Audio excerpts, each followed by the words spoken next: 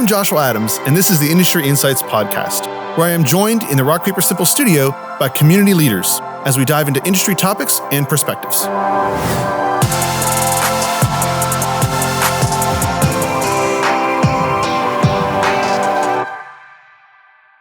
Thanks for joining us today. I have Danny Hayasaka with us today to talk about personal branding. We've actually worked together for a few years now with Hello Direct and Call One. Danny, you have so much fun with your personal brand. We see it on social media. We see it on LinkedIn. I can't get away from your videos. I'm not sure when I started following them. Somewhere along the way, I clicked like, and now I can't get away from you. But you're so great at it. And so one of the conversations I was hoping to have today would be to kind of talk about that personal brand idea, that concept. And so can I ask you kind of what started this journey to kind of creating this personal brand? Obviously, you leverage it a lot with your job, your day-to-day job.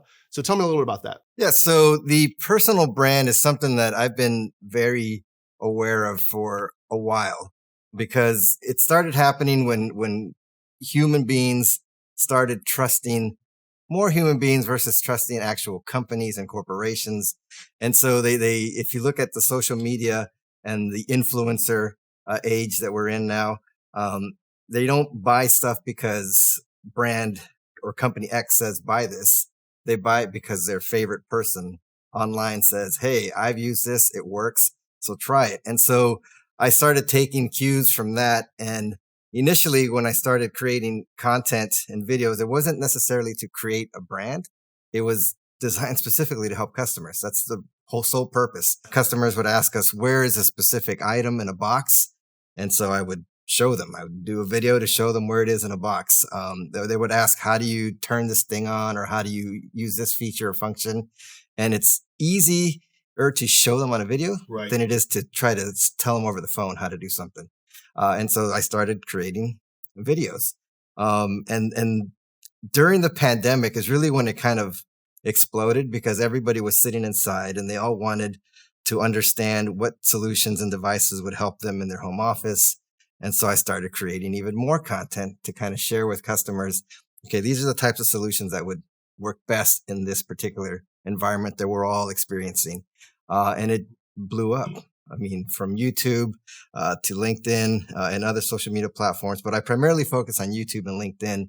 And it wasn't until this year that I really started focusing on LinkedIn specifically a lot. Yeah, no, and it's been a lot of fun to watch. And it's funny because actually, I would say you got a little bit of a head start there, because the stuff you work with, the items that you work with, lend themselves a lot to the types of videos you were making. And especially during COVID, when everybody needed to work from home.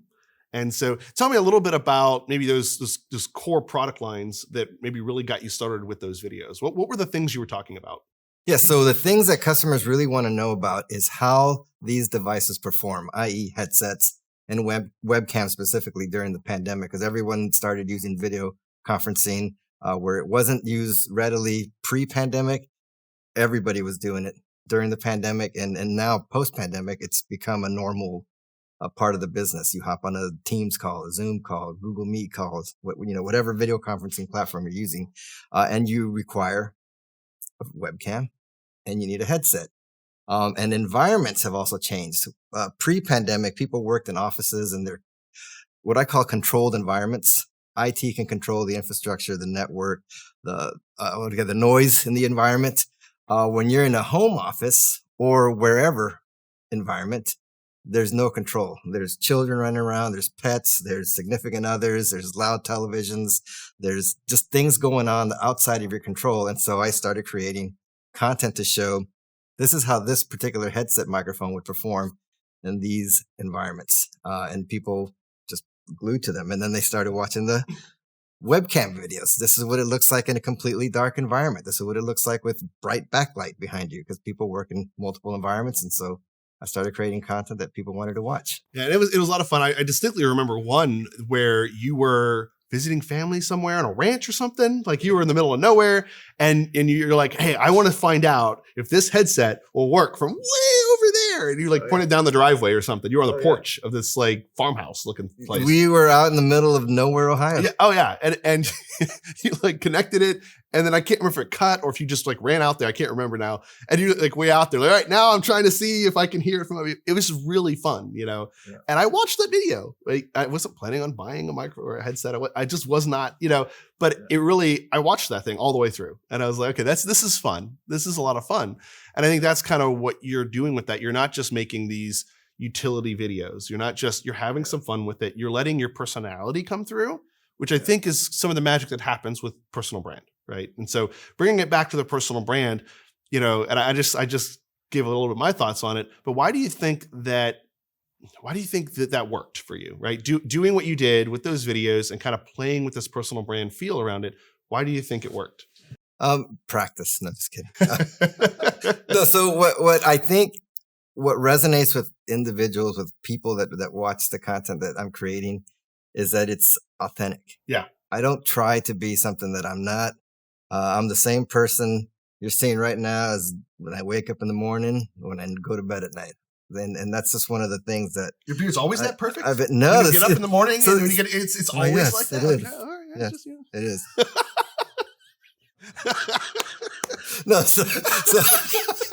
No, so one of the things that I can't be is not me. Right. And I think that has helped. And I've always been the same person. And it's very difficult. I mean, in the military, especially, it was very difficult for them to sort of contain me, because I am who I am and I can't help it. I don't know how to not be me. Right. And so right.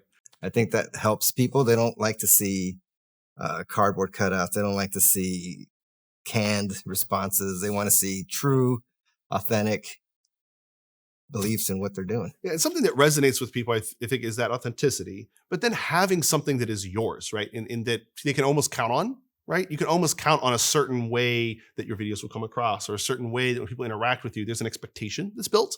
I think that works as well. I know with what I've done over the years with the branding, I've embraced certain things, right? And so, for example, the orange. There's always some sort of orange on my person, right? And ever since I got started with Rock Paper Simple 10 years ago, if I walk into somewhere now without orange on me, I get questions, right? If I go to an event, certainly if I'm on stage, if I'm not wearing an orange tie or something, or, here I got the orange buttons, or I got the orange on the jacket and the stitching and stuff. So if I don't have orange somewhere on me or an orange shirt, I get questions. And it's become part of that personal brand of showing up a certain way. There's a certain style that I've created with that, right? Yeah. And it actually creates attention, right?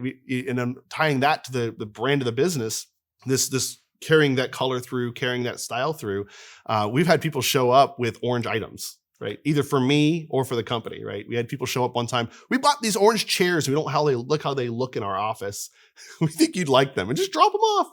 They'll drop off, or I'll find orange items on my desk from clients or somebody that was driving by the office and just, I wanted to leave this for Josh. He'll love it because it's orange, And so it's creating that consistency, I think, helps people. They almost want that. They want to have something they can expect and look forward to. And when it changes, they're like, wait a minute. That's not what I've grown to expect, right? Which is true of any brand. Yeah, that's I started something similar to that actually years ago. So I was traveling a lot for our business and going on customer site and just traveling all over the United States and visiting customers. And I actually learned this from one of the other partners of mine who showed me, because I used to have like a massive suitcase and then a carry-on and a backpack. And this person showed me the away bag. And it was one bag that you put in over the overhead carry thing. And I was like, how do you do that? Like, how do you carry this? And she showed me, well, I have this particular set of jeans. You could wear jeans like every day and no one's going to know because you just change the top, right? And I have this top where I can throw on this blazer. And now it's, business. Like, So I adopted a style pre-pandemic, and it was basically black slacks, blue shirt. That was my thing for years. And then when I'm not wearing that, I was wearing a black V-neck shirt and jeans, and that was it. So it made it very simple when I was traveling. And then, of course, the pandemic came, and then enter stretchy pants, enter house shoes, right? And then these polos were far more comfortable than putting on a button-up shirt. It just seemed better. And so I just got branded shirts, and that was it. And then, of course, this started growing. out of a no shave November challenge, and people started really liking the beard. I'm like, you like this thing here? I'll keep it. Yeah. And then there it is. It's stuck. Yeah. And I think sometimes the personal brand piece of it evolves, right? It starts one way and it becomes another. And I think that for you, that's an example of that, where it kind of changed. For me, it changed as well. It used to be, no matter where I went, I was in a full suit, an orange tie, and cowboy boots. Like everywhere I went, I was in those things, right? For a while. And eventually things changed, right? The cowboy boots dropped off. There's a fun story around the cowboy boots. I used to wear them everywhere. And the cowboy boots I had were relatively nice cowboy boots, and they broke. I was like, okay, well, I'm not going to just go buy another pair. I'm going to get them fixed. So I threw them in my trunk, and somewhere along the way, I met my now wife. And there's a significant height difference between my wife and I. And we're dating, and I opened the trunk to get something, and she looks down and goes, oh, boots. And I never wore those boots again. So that little piece, that went away. I figured, she didn't need another 3 or 4 inches for me to tower above her anymore. So the boots went away, and that kind of evolved. And then after a while, it was like, I think the look needs to evolve a little bit. And so now I tend to be similar with the jeans. Always do a blazer, and it tends to be a branded white shirt with the orange buttons or something of that nature. So it's kind of evolved, right? I don't do the orange tie as much as I used to.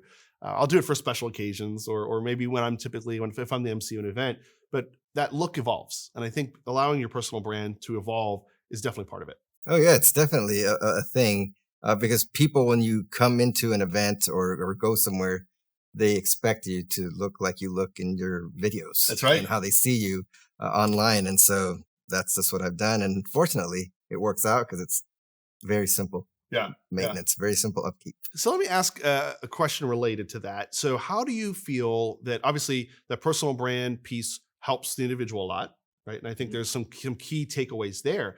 But how do you feel it impacts the employer, right? So obviously you work with Call One, Hello Direct, awesome company. You guys do a lot of fun stuff. Great for the community. You guys give back a lot as well. But how do you feel it impacts where you work, right? How does it help how does it benefit the company you work at? That's actually one of the reasons why I do what I do. And I think one of the reasons why our CEO allows me to do what I do. It's because everything that I do drives awareness to our 2 companies, because it's on every video. You see it on my shirts, whether it's a social media post or a video, people see the brand, and then I always tag our companies. And so just by sheer osmosis, people see it. Right. And they'll see the companies, and it's always top of mind, and they always see the companies. And when you ask our sales reps, and where they're getting the traffic from, it's typically our customers just saw one of your videos, or this person saw your video, and they want to know more about this. And so it has helped to generate demand, which is part of my goal for marketing, is to generate demand. Well, I think it's like having an in-house influencer, right? And I do think that generally there could be a little bit of fear for a company when an individual's doing the personal branding thing, right? And it's new, it's different. Traditionally the brand and the marketing is controlled by the whole company, and there should be efforts, right, at the higher level. But I think this is a newer idea. That's not brand new, but this idea and this concept of encouraging team members within an organization to also have their own brand. You mentioned earlier, we talked about why do we think this works, right? And we talked about people wanting that authenticity. They want to deal with people. They don't want to deal with faceless brands. They want to deal with the people that are associated with that brand, right? And so by doing this, you're giving them that, right? But it also directly benefits the company you work for. And I think that's something that I'd like to see more companies embrace and maybe be a little less afraid of. What are your thoughts? Why do you think that maybe some brands are hesitant to approach that? And what would be your thoughts on that? Yeah, I think that's part of it. I think the fear that this individual is going to go branch out on their own, right? But if an organization supports you and they support what you do, and in every way possible, they back you up, they're there, why would that person leave? Right? They're going to continue to create content that drives interest or sparks interest and generates that demand for that organization. And I'm going to keep doing it happily because I'm being supported. I never have a fear of, censorship. One of the things that our CEO, Dawn Mays, doesn't do, she doesn't censor me. She doesn't tell me what I should or should not do. I think she has a lot of trust. And I think that's probably the key, is having that trust that this person is not going to do anything to harm our organization. This person's going to do what they feel is best to, again, align with that goal, create demand generation. How do you create demand for the solutions that you're providing customers? Let this guy here with 20 some years experience talk to people. Right. Because I think that's another thing, subject matter expert. They're not going to just listen to some person that just started in the industry. Luckily, maybe not luckily, I'm old, right? So I'm an old guy who's been doing this for 20 some years, almost 25 years. And so there's a bit of wisdom, there's a bit of experience, or a lot of experience and expertise in this area. And so people tend to listen more to that person than some person that just shows up and says, hey, I know everything.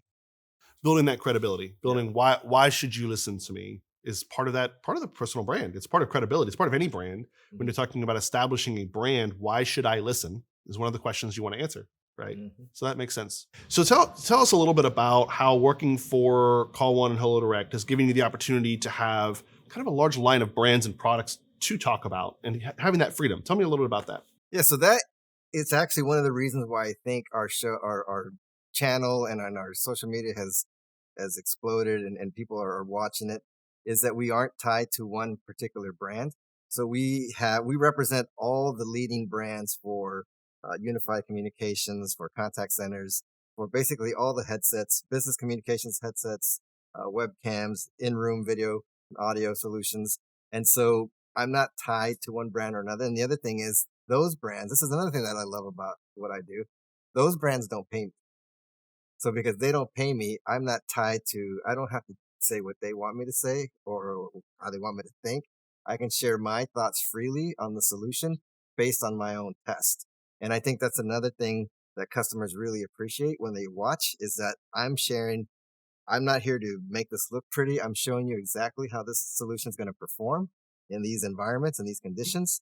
And I'm not going to say yay or nay to this. It's up to you to make that decision. So I really like that sort of being brand agnostic and not really providing unbiased recommendations. Because again, ultimately, I don't care what you buy, just buy it from us. Yeah.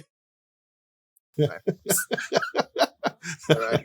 It went from we're totally unbiased to buy it from us. Yeah. I love that.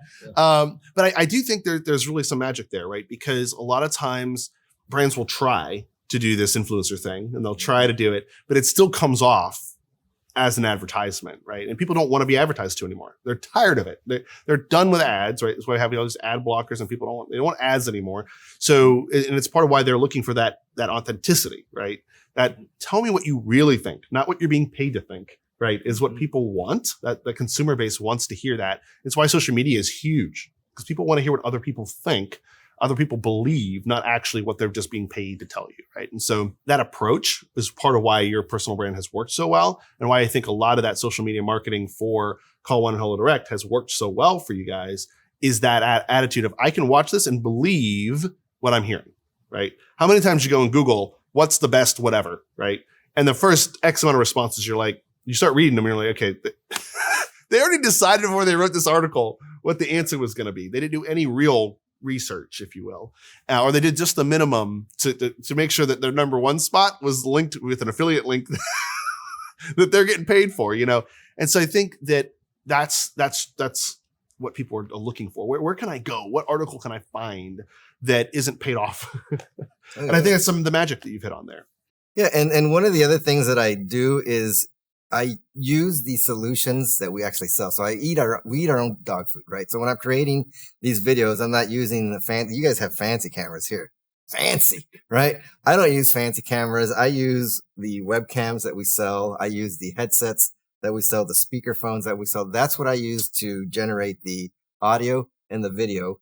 And so people can actually hear and see for themselves what these things sound like. I'm not going to, I probably should go out and buy a fancy camera, but we'll talk to Dawn about it. Yeah. Tell me when you want me to drop the hit. Yeah. The only other thing that I do use is basically my iPhone. And then recently Google sent some Google Pixel phones, and I've been using that as a kind of a I think I saw that. I think I saw that. Yeah, so, I think you said something about that at one point. Yeah, so I've been using that, and it's kind of fun to use. But I think that's another thing is that we also don't create highly produced videos. It's me in my home office or me in whatever environment I happen to be in. I hit record, and then I'll use my little phone and I'll use like Splice to edit the video on my own, or I send it up to my editor in Pennsylvania, and he edits it. But again, when we try to maintain a non-polished, right. And there's a time for that. There's absolutely a time for that. You do too polished of work for certain types of content, people aren't going to believe it. They're not going to engage with it because they're going, well, they put too much work into this. This is obviously not real. Right. So I think there's something to be said for that. I also want to comment that I really like when you say record, you always do this. You have to do some hand motions. It's like when I record. so it gives a little bit of indication if you guys haven't seen what he looks like on camera, it's it's a thing that I do. So, that grew. It didn't, I always said, what's up? I'm from Southern California, and it was up, right? It's just a thing that you do.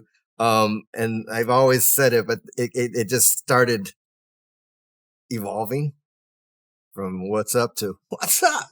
And then it became a thing, and now I have merch. No, I'm kidding. I don't have merch, but I do have stickers and shirts and all that. But anyway, yeah. It's fun. I love that. So Danny, for those that are saying, hey, I want to build a personal brand, or I want to encourage some of my team to build a personal brand in our company, what would be your advice? What would you say to them? Well, I have a class. I charge $10K. I'm kidding. No, I get that question. I get that question all the time. So I do have several folks, especially on LinkedIn, that reach out to me personally and ask me for help and assistance in that. And one of the things that I can say is, be a subject matter expert. If you're a subject matter expert at something, use that as your sort of launching pad. Because if you try to create a brand around something that you know nothing about, it's going to be very evident and people are going to see right through that and they're going to move on. So number one, start with your own personal knowledge. And I think a lot of people sell themselves short. They don't realize how much information they actually have in their brains and how much they actually know that other people don't know.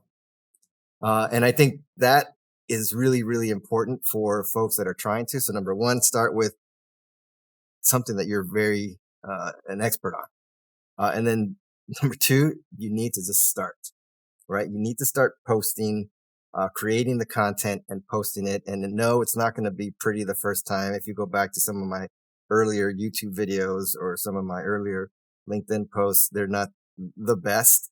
However, the more you do it, the better you get at it and the more comfortable you get at doing it.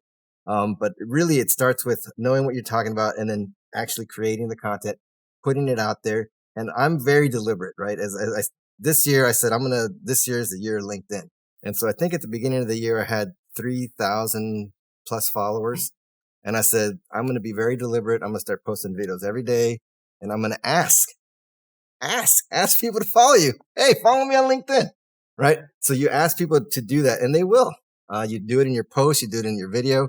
I even have little QR codes that I have on my Zoom meetings and everywhere that I go. So there's no way that you cannot know how to connect with me. It's all out there. So you start knowing what you're talking about, creating the content, putting it out there, and then asking people. And so like this year, I went from 3,000 to I think I'm almost at 8,000 followers on LinkedIn. Nice. And that's just in a span of, 9 months. That happened. And versus how the many years I was on LinkedIn, I only had, 3,500 followers. But it's just being deliberate about what you want to do. And do you want to grow your following? Then what are you doing to do it? You got to ask. Right. Ask people. And I think it's worth noting that I think some people undervalue what they do know, right? Because it becomes elementary to us. Yes. It becomes simple, right? Everybody knows that, right? And I think it's not undervaluing what it is that you are passionate about and what you do know about. And like you said, just go start talking about that thing that you're passionate about. Start creating, start embracing this. This is what I'm trying to present. And I think you also hit on something there, knowing where you're trying to get to. right? Are you trying to build a following? Why are you building that following? Who should that following be, right? And why does it matter? I think figuring that out is part of it. Oh yeah, it's very important, and for me, it does help when you have multiple different followers or thousands of followers, and literally millions of views, people watching your stuff, because it gives you leverage, and so I no longer have to ask brands to send me stuff. I just open my front door and there it is. It's sitting there at my front door, and I get a lot of requests for lots of stuff. People want me to review their product, and it's hard. So I went from saying yes a lot to I do have to say no, because there is a time factor, right? I don't have, 100 hours in a day. I only have 24. So what am I doing with those 24 hours? So I have to be very focused, very deliberate on what I do present. And I do have to believe in a particular item or solution, or else I'm not going to talk about it. I think you hit on too that opportunity will follow that effort, right? And it's also worth mentioning that sometimes that opportunity starts to become, you start to have to choose, because at some point you have to decide, how am I best using my time, right? Your time, limited resource that all of us have. How do you start using that and best choosing your opportunities? And so I think that's something now that you've kind of grown to that point where, hey, I have to kind of pick and choose where I spend my time, what I'm going to review, what I'm going to go over, what kind of videos I'm going to make. So how do you do that? How do you choose? I've got all these opportunities, all this content I could create. How do you choose the best stuff? That is probably the easiest of my day. Of all the things that I have to do, that's probably the easiest thing today. It wasn't easy when I first started because I didn't know anything. But today I have thousands of YouTube comments and questions. I have hundreds of people asking questions on social media. There are tons of brand new products constantly being introduced into the marketplace by the brands that we represent. And so it's not very difficult. It's a matter of creating the calendar, the timeline for when you're going to do all this stuff, because it's nonstop. It's a nonstop stream of content creation ideas come directly from our customers, because every day customers ask questions, and those questions, that's content. Answering that question is content, because if one customer has that question, tons of customers have that same question. And it's funny because some of the videos that I make, it's not the flashy mic test videos that get a lot of views. Sometimes it's as simple as how to put your Bluetooth dongle into pairing mode. So simple little how-to videos, or how to change the battery on your remote control on a Logitech Meetup. It's simple little things like that people want to watch, like how-to. Oh yeah, I'm often can't figure out how to use whatever it is that I just bought. I'm Googling it or I'm YouTubing it, trying to find a little video to show me how to do it. So that makes a lot of sense. And I think, you also looked at a need. You found a need. Hey, we're getting asked a lot of questions. Can I create content that answers these questions? Right. And so I think that's another piece of it too, is as we're looking at maybe advising others how to get started, look for a need, look for a piece of content that people are wanting to follow. Maybe it's a need that's not fulfilled, or not fulfilled in a certain way, or not fulfilled for a certain demographic or a certain audience. So I think all of those are things that people could look at. As we're kind of coming in for a landing here, do you have any final thoughts for somebody who's saying, I want to build a personal brand? What are some final thoughts, some final wisdom? Yeah. Wise. Have you found you got more wise with the beard? Yes. Has that added some immediate wisdom? Yes. I'm wise beyond, beard wisdom plus 3. Is that what we got going on there? Yeah. Master level. No, so I think the key thing is, number one, be yourself. Don't try to be something that you're not. Number two, everyone out there has an area of expertise. Whether they think they are an expert or not, start asking people, hey, do you know the answer to this? And if they don't know the answer, but you know the answer, you're probably an expert in that space. If you have a business, you're getting questions every single day. So in terms of content creation ideas, those are content creation ideas. All those questions, if you start answering them in a video format, on a social media post, people are going to start coming to you if you do it consistently. That's another thing. You need to be very consistent when you're creating content. And, have fun. I have fun every day. It's like I don't work. Don, you didn't hear that. Don't tell Don that. Yeah. Don is just not going to have to watch this video because we said a couple things in here. So no, I absolutely love what I do. And I don't think I would do it if I didn't love it.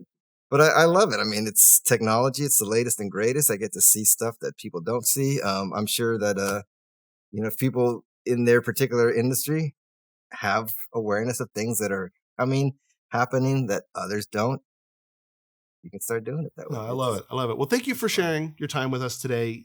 You're always a lot of fun to hang out with. You obviously love what you do. And so I appreciate you sharing that with us today. No, thank you so much for having me. Follow me on LinkedIn. Subscribe to our YouTube channel @Call1 Inc.